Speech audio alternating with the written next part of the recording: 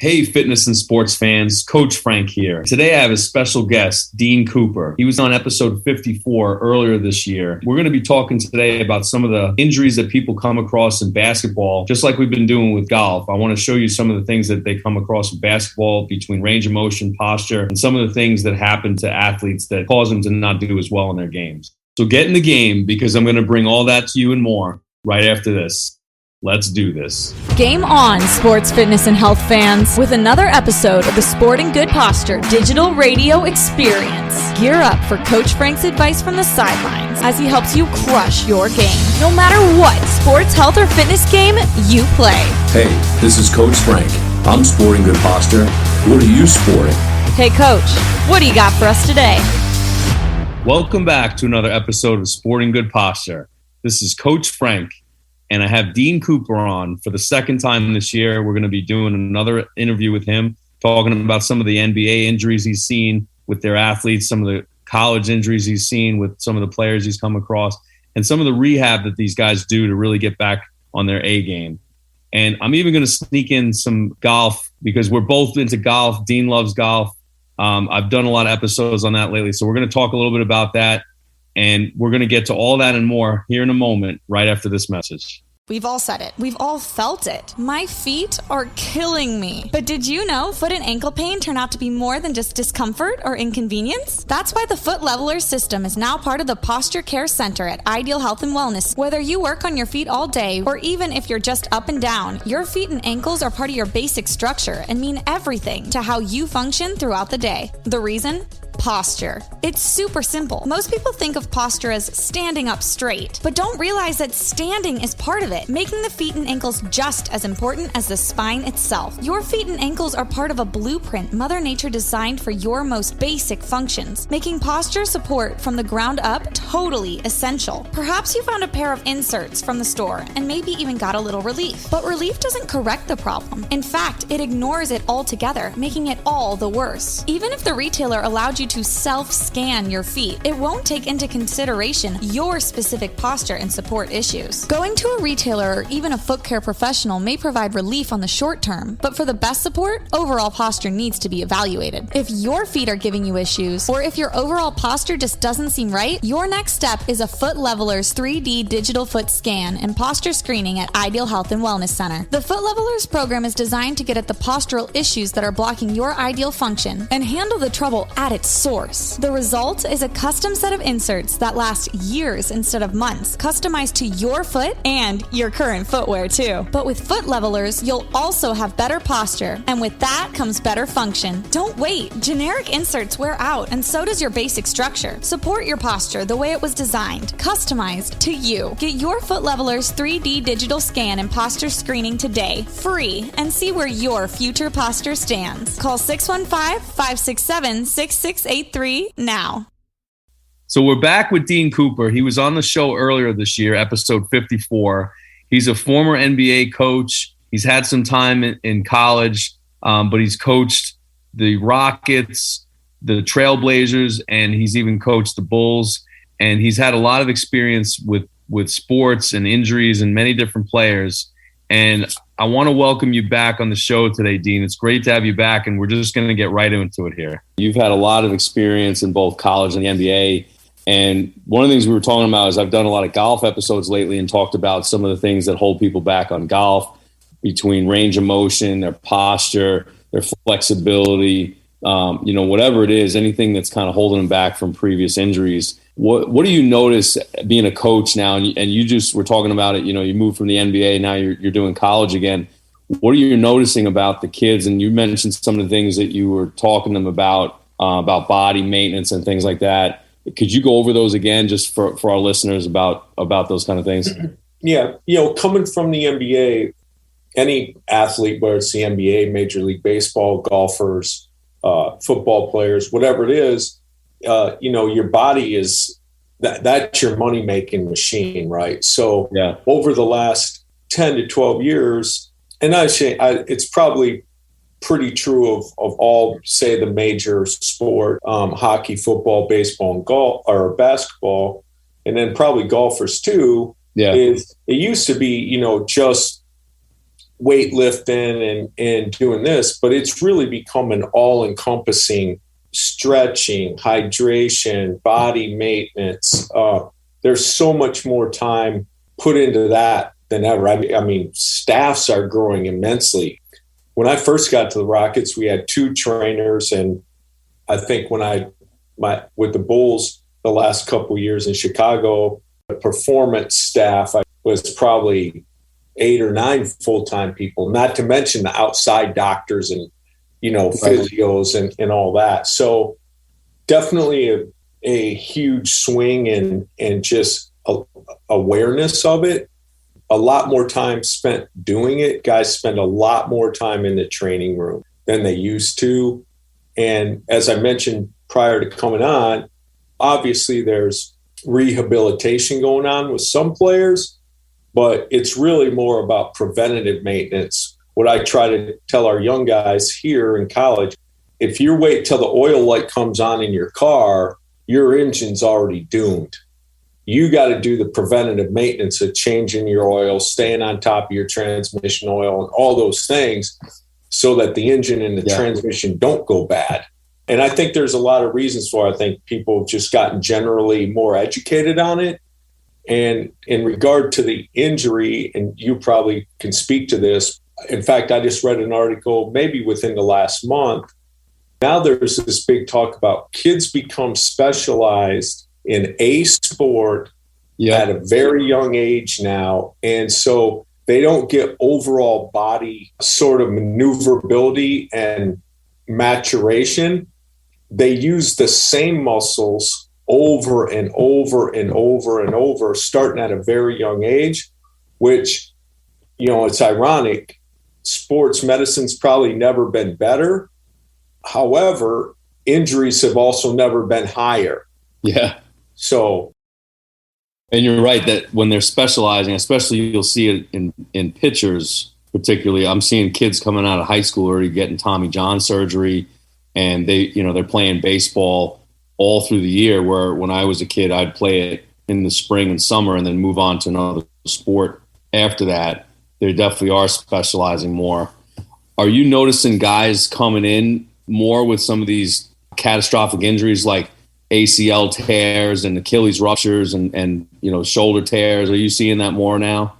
I wouldn't say that they're coming in with those. I think they're more predisposed. The percentage of that, or the likelihood of having those types of injuries, has definitely gone up. Like I said, you can read injury reports and they're easy to find online, certainly for the NBA, I'm sure for every sport, but sports medicine and the size of staffs and the approach has never been greater or better. Yeah. But there's also an increase in injuries. And there's a lot of people who just are pretty well convinced that it is a lot because of that. And in our sport in particular, you use the word catastrophic. Well, our sport obviously is a weight-bearing, pounding on your lower extremities, right? Your feet, your ankles, your knees, and your hips, and consequently your lower back, right? Kind of from there down. Right. So, yeah, I don't know if there's actually more injuries when they get here, but there's more injuries during their career that are what you would call non-contact, not somebody taking your ankle out or your knee out, or they just happen from your own personal movement. Like overuse injuries. These guys are getting these overuse tears and they just drop. Yeah. Yeah. Your body's only meant to do so many reps, and I mentioned earlier that, a large segment of medical people that I've read and or talked to believe that not only are you getting more reps, but your body just doesn't balance out properly from the lack of doing other things as well. Right. It's kind of a double whammy. Yeah, because they'll get really good at their one sport, but they'll get limitations on their body by doing only that one sport. Yeah. So when you have bigger training staffs, the guys are in the training room more. As far as the actual training, it used to be just lifting heavy weights and stuff like that. Are you seeing a progression of different avenues to work these guys out and train to avoid some of these muscle injuries and tears and stuff? Oh, absolutely. I mean, almost every team now, besides just having basically like what you consider a trainer, right? Like the person who takes care of their body, and then a strength and conditioning coach. That's kind of all it used to be. It's about 2 people, maybe an assistant trainer or whatever. But now it's everybody's got a physio. They got physical therapy people. Everybody's got a chiropractor, massage therapist. With the Bulls, we had an acupuncture full time. Oh, that's cool. Yeah. So the number of people and the number of different ways to take care of their bodies has grown tenfold, even from things like the Delos machine, for balance of your ankles and stuff like that. I mean, when I was with the Jazz, that was a mandatory exercise. It wasn't a suggestion. It was a mandate. But we've also seen more ACLs and MCLs, and all those joint/tendon related injuries have gone up, and probably a large part into the fact of specialization and repetition. That's the other thing. When I grew up, you grew up, we did sports probably year round as kids. I know I did, but it moved sports. And now my viewpoint of it has actually changed. I don't know if I'm right or wrong. I actually am kind of sort of in the belief that, at least in our league, in the NBA, we're probably overtraining them now, that we're contributing to our own problems a little bit. Yeah. And I do believe that. I just think that your body, that it needs recovery time. It's very true. We were talking, I remember in the spring, about Kevin Durant, how he had tore his Achilles. We talked about how he was going to come back. And that used to be an injury that almost was pretty much a career-ending injury. Now these guys are able to come back, and he actually has looked very good. You don't really tell that he's lost any explosiveness, and that he's had any problems after that Achilles. He's really been scoring very well and doing very well. Obviously, we all know people heal differently, right? Everybody has a different ability to heal or come back. And certainly Durant, guys who are bigger bodied, that are putting more weight on those types of injuries, probably struggle more than a guy who's built like Kevin Durant, who's thin, right? Yeah. So when they do come back, there's less pounds per square inch, so to speak, on those injuries. I've heard a lot of doctors talk about a lot of things in the NBA over the years, so I'm sure there's a factor in that. And medicine's better. Rehabilitation is better. It's advanced. So I agree, and I'm sure the guys guarding Kevin Durant definitely agree with he hadn't lost a lot. Well, that's true. It's different than Kevin Durant as opposed to somebody like Shaq getting that same injury. He probably wouldn't have been able to recover as quick, carrying an extra 150, 200 pounds on him. Yeah, I coached Yao and Greg Oden, both big guys who had lower extremity injuries. Yao mostly with his feet, right? It's just really difficult, way more difficult than a 6'4", 205-pound guard that has the exact same injury. Yeah. And you were talking about before with golf, like you mentioned some of the things that you were doing and then some of the things that helped you with your game. So going back to the golf thing, what were you saying to me before that really helped you gain some yardage and really see a difference in your golf game earlier? I was just saying in terms of the stretching part of it and what that does for your body. In 2013, when I was with the Rockets, they redid the arena in the summer. So I basically had about a 4.5 month stretch where we really didn't go in. So I spent a lot of that summer, besides just doing my normal workouts, was the most that I had ever stretched and done yoga, and in my mid 40s at the time. And the flexibility that I gained, I started seeing, me personally, pretty immediate results as far as like distance on my ball, particularly off the tee, like 10 or 15 yards. This is the furthest I had hit the ball in a long time. And there's no doubt in my mind it was due to stretching more regularly, doing yoga. And I know that because then the next year when I started doing it less, I reverted kind of back to where that part of my golf game was the same. So there's no question in my mind. And I've seen it just with pro athletes. Look, it's well documented what Tom Brady and LeBron in particular, I mean, they're obsessive about their craft, but they're equally, if not more obsessive about their bodies. And there's a reason that those two guys are performing at the level that they're performing at the age that they are. It's not coincidence. So you would say that's a big factor in their recovery and moving forward in the game? No question. Yeah. From ice baths to, the compression sleeves. Yeah. That guys put on and our guys do that too. They all would rather do that than get in the cold tub or do the cryo, right? Because that's cold. Yeah. It's not perfect, right? It's all you're trying to do is be as preventive as you possibly can and continue to perform at whatever your maximum performance level can be at whatever age you're at or stage you're at in your career. So it's a double benefit, I think. It's funny you say that about like the compression sleeves and the ice baths. J.J. Watt in pro football, they showed him after his workouts. He went to a lake that was frozen and he cut out a big square in the lake and went in the lake with the ice there and held himself up under the water. I mean, it was insane, like how cold that would have been. And that's what he did to recover after his workouts. And I was thinking, like, you see these guys do these ice bath challenges and like these polar plunge things. And that's kind of caught on a lot. A lot of these guys will do that and then even run right into a sauna or vice versa, just to try to get that contrast ice and cold and hot therapies in there. And you probably see that a lot now, like in the training there, and guys are swimming more and doing things like that to stay mobile.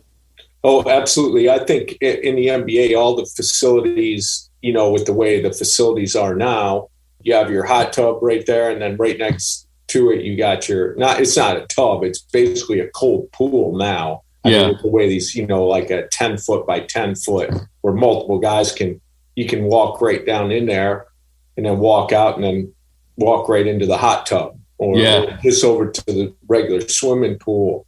You don't have to get in the old fashioned tin looking, looks like a horse trough, right? Like it used to in the old days. I've been in those. Yeah. I tell our guys, I just tell them, go home and just, if you don't do anything else, just take a cold shower or draw cold bath water and just throw some ice in it. It's like most things in life. It's really uncomfortable, but most uncomfortable things are really at the end of the day what we need. So what would you say to the listeners in their quest for better range of motion and things like that, whatever sport they're playing? What do you think are some of the best things they can do to attain that, to really move ahead in their sport? Obviously, myself and my wife, who's really fanatical. I mean, she does all the things, the stretch and all that stuff, yoga that you're supposed to do every day. I'm a little less diligent, but I can just speak from my own two experiences. One, like I said, seeing what pro athletes do every day and how that's evolved. And then I can just tell you from my own personal experience of that stretch of 4.5 or 5 months where it was the most time I ever spent on it, just me doing it personally and the benefits I saw. Now I still do some other things, with the foam roller. Right. I'm pretty diligent about that. My neck. Gonna roll. Gonna roll. The neck. My inserts and for my feet, I'm pretty diligent. The yoga and the stretching, self-confession, I haven't been as good, but I can tell you that when I was doing it, there's no question I saw the benefits. And I don't spend a lot of time doing it every day. And I didn't spend a lot of time doing it in particular last summer. I just stretched more a little bit in the morning and at night. And I did yoga for 30 minutes, like 4 or 5 times a week, just in my house. We didn't go to a studio. We just had the old, DVD playing or, YouTubing it or whatever. But I've had several NBA players. They do the regular yoga and the Birkham, the hot yoga. Yeah. And they swear by it, how it's helped them. It's funny. It's usually the older guys, the veterans that have been around for a while that are trying to prolong their career. Yeah. But they all say the same thing. Geez, I wish I would have done this when I was 21, 2, 3, 4. Yeah. Versus 31, 2, 3, 4. Yep. Yeah, I think it's really interesting. The growth in the staffs is unbelievable. Certainly the preventative maintenance part of it. Everybody has a chiropractor. Everybody's got a massage therapist. Everybody's got a physio. Some teams, like we had an acupuncturist. And those people are all full-time. They're there all the time. They don't come from the outside. Pretty interesting. So Dean is now at University of Texas, Rio Grande Valley. What conference is that again? Yeah, so we're in the Western Athletic Conference. The WAC, okay. The WAC, yep, which is ever evolving, or at least over the last couple of years it has. So now this year there's basically a Texas division, which is ourselves. Lamar's coming in the league. Sam Houston, Abilene Christian, if people watched the tournament last year, had a really good tournament run. Yeah, they made a run there. Yeah, Tarleton State and Stephen F. Austin. And then the Western division is New Mexico State, Grand Canyon, which is where Bryce Drew, who was the coach at Vanderbilt, is at now, Cal Baptist, Dixie State, which is in Utah, Seattle. So there's kind of that division and a Texas division. And it looks like it's going to be this way for a good bit, for the foreseeable future.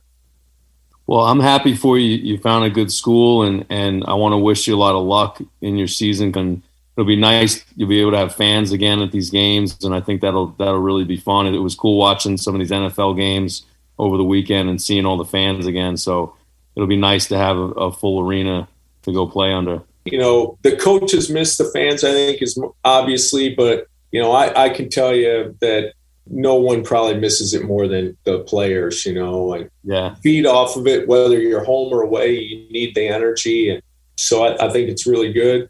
I can tell you what it's been like here for the fall sports. I mean, I went to the soccer game when there were almost 2,000 people at the soccer game, soccer game. So the attendance has been really good. I haven't been to a volleyball game yet, but they said the attendance has been great. So I think people just want to get out and see live sports again. Yeah. So it's really cool. Yeah. I'm excited. And watching college football and pro football has been the U.S. Open with people there. Yeah, absolutely. Was fun. So it's been great, and I appreciate you having me. And I got to get some tips from the golf pro. Well, yeah, we've done two.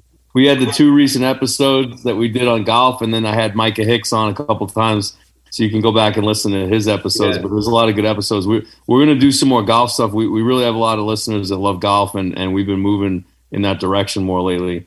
And it really does cross over to other sports too. So I like talking with you about this and with basketball and everything related to that too. Great. Well, I appreciate it. Thanks so much. Thank you. And I look forward to seeing you soon. And okay. You can catch us on ESPN Plus, by the way. Oh yeah. Yeah. My producer, Frank Sardella, that's his go-to is ESPN Plus. So you can catch us on there. Good talking to you today. Thanks. Thank you.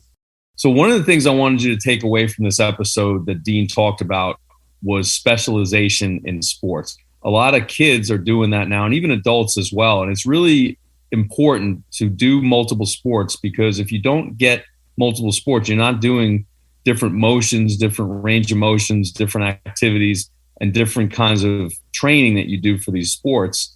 And it really has a lot to do with how well you're going to do in these sports, because you do the same sport all the time, you're going to have a lot of overuse injuries. And relating this to what we talked about with the golf episodes, it still comes down to posture, range of motion, flexibility, and previous injuries. There's a lot of ways that these guys are doing rehab now. They've moved a lot away from just doing heavy weights and just kind of being the strongest guy in the room to actually incorporating yoga, incorporating other stretching techniques and recovery techniques. And on top of that, just having multiple people around, like they said that now they have chiropractors, acupuncturists, physiotherapists, PTs. These are important to have in your life and in sports. And Dean really said it best about having the flexibility to do these things in multiple sports, because it's important, again, not to specialize. Dean's been a great guest, and I look forward to speaking to him again. And hopefully when he's back in Nashville, we can catch up and play some golf maybe together. I wish him a lot of luck on his season over at University of Texas, Rio Grande Valley in the WAC. And again, if you're dealing with any of these things, the biggest, easiest thing you can do is just look in the mirror, look at your posture, see if one of your shoulders is higher than the other, if your head tilts to the side, if one of your hips is higher than the other. Take a look, because these are easy things you can see in the mirror. And if you notice anything out of place, if you notice anything that doesn't look right, DM me on Instagram at Sporting Good Posture, PM me on Facebook at Ideal Health and Wellness Center. Tell me what's going on, and I'll tell you what I think. Remember, the coach's door is always open. This is Coach Frank. I'm Sporting Good Posture. How about you? The Sporting Good Posture Podcast is a broadcast wellness production powered by Ideal Health Wellness Center. All content copyright 2021. All rights reserved. Executive producer Frank Sardella. Coach Frank appears courtesy of Ideal Health Wellness Center in Franklin. For more information, visit sportinggoodposture.com and follow Coach on Instagram at sportinggoodposture. I don't know. Say whatever comes to your mind, Frank. Nothing's coming to my mind.